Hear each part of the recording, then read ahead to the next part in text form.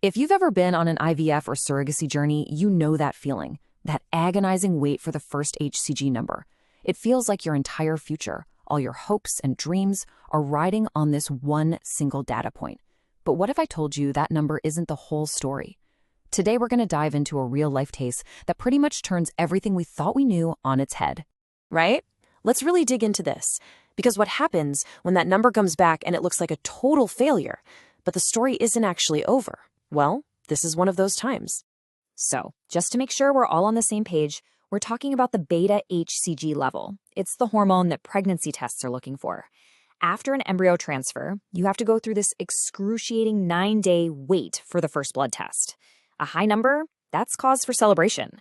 But a low number, well, that usually means heartbreak. And that anxious number is exactly where our story begins, with a result that, honestly on paper, looked like the end of the line. So let's meet the people at the heart of this incredible journey. The intended mother in our story was 42. And, for anyone who's been in the world of IVF, you know that age adds a whole other layer of difficulty to what is already a really tough process. Their journey had been so hard. We're talking several failed IVF cycles, countless hormone injections, and just the emotional roller coaster that comes with all of it. And after all of that, they were left with a result that was both a miracle and, honestly, a terrifyingly fragile situation. 2, they had just 2 genetically tested embryos. After everything they had been through, it all came down to 2 chances. I mean, the stakes just could not have been any higher.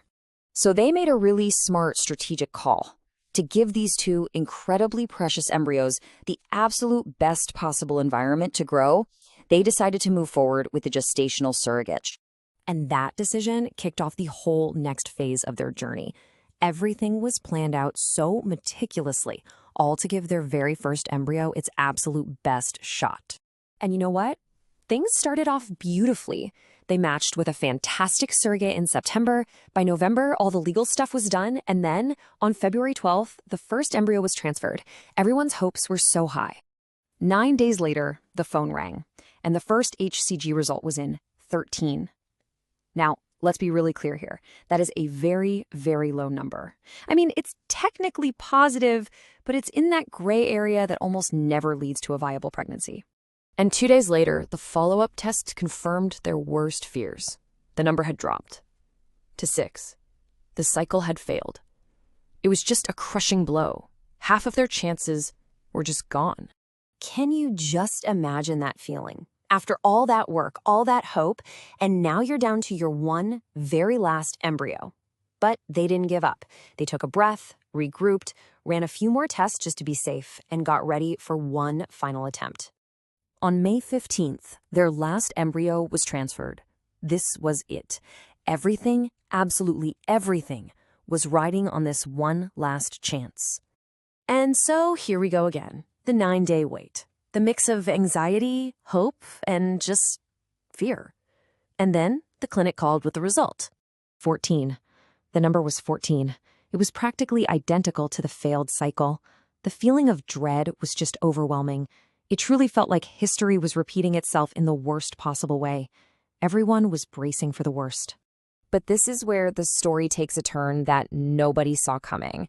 Despite how bleak everything looked, the doctor and the surrogate made a really critical decision. Stick to the protocol. Do not stop the medications.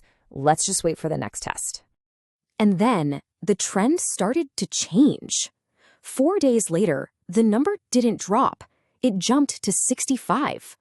3 days after that, it hit 194. This was a proper doubling pattern. And then, on June 10th, the ultrasound confirmed what those numbers were hinting at. There was a heartbeat. I mean, talk about a comeback.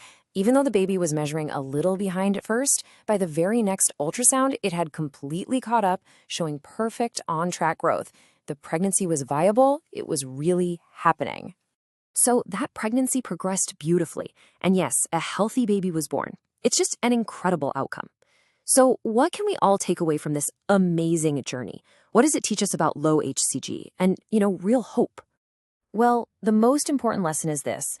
That first number is just a snapshot, a single moment in time, and it can be so misleading. What really matters, what's so much more predictive of a good outcome, is the trend. Is that number doubling like it's supposed to every 48 to 72 hours? That growth, that is the real story. So what was the secret sauce here? What made the difference? Honestly, it was the discipline and the trust of the surrogate. She followed every single instruction, even when the data looked terrible. She didn't stop her medications. She didn't assume it was over. She just waited for the next data point, exactly like the doctor ordered. And that was absolutely critical. So if you ever find yourself in this situation, here's what this story teaches us.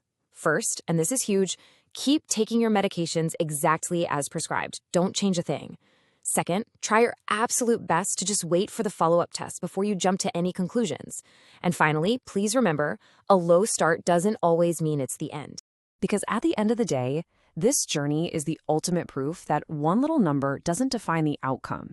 It's a powerful reminder that even when things look discouraging, there can still be hope. Sometimes the smallest number really can turn into the biggest miracle.